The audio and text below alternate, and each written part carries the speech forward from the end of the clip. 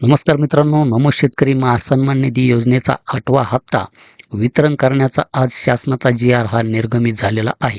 तर या जी.आर.मध्ये माहिती पाहू शकतात की नमो शेतकरी महासन्मान निधी योजनेअंतर्गत पात्र लाभार्थ्यांना 8व्या हप्त्याचा लाभ अदा करण्यासाठी रुपये 1,774 कोटी इतका निधी वितरित करण्याबाबत तर आपण हा शासन निर्णय यामध्ये पाहू शकतात. तर आपण थोडक्यात याची माहिती बघणार आहोत.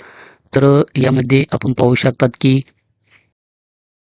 नमो शेतकरी महासन्मान निधी योजनेअंतर्गत लाभार्थ्यांना लाभ अदा करण्यासाठी पहिला हप्ता, दुसरा हप्ता, तिसरा हप्ता, चौथा हप्ता, पाचवा हप्ता, 6वा हप्ता तसेच 7वा हप्ता अनन्वये वितरित करण्यात आला आहे. केंद्र शासनाने PM किसान योजनेचा 21वा हप्ता दिनांक 19/11/2025 रोजी वितरित केला असून त्या अनुषंगानेच नमो शेतकरी महासन्मान निधी योजनेच्या लेखाशीर्षा अंतर्गत मंजूर तरतुदीमधून प्रस्तुत योजनेअंतर्गत 8व्या हप्त्याचा माहे ऑगस्ट 2025 ते माहे नोव्हेंबर 2025 ला पात्र लाभार्थ्यांना अदा करण्यासाठी निधी मागणी प्रस्ताव शासनाकडे प्राप्त झाला आहे.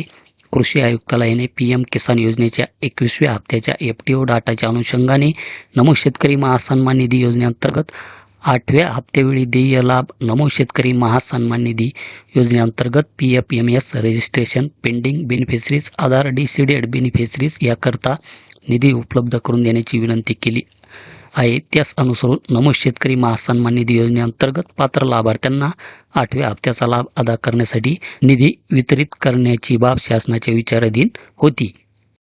म्हणजेच आपणास नमो शेतकरी महासन्मान निधी योजनेचा 8वा हप्ता मिळणार आहे, 9वा हप्ता मिळणार नाही, एकच हप्ता आपणास मिळणार आहे. तशा प्रकारचा हा शासनाचा जो काही जी.आर. आहे हा जी.आर. आपण इथे पाहिलेला आहे.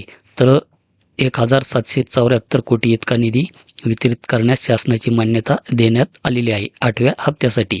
आणि 7वा हप्ता जर आपण मित्रांनो पाहिलं तर यासाठी 1,932 कोटी इतका निधी वितरित करण्याची मान्यता देण्यात आलेली होती. 1,932 आणि यामध्ये आपण पाहू शकतात की 1,774 कोटी म्हणजे यामध्ये सुद्धा काही शेतकरी हे वगळणार आहे. हे होतं एक नमो शेतकरी महासन्मान निधी योजनेविषयी आपल्यासाठी एक महत्त्वाचं असं एक अपडेट. धन्यवाद.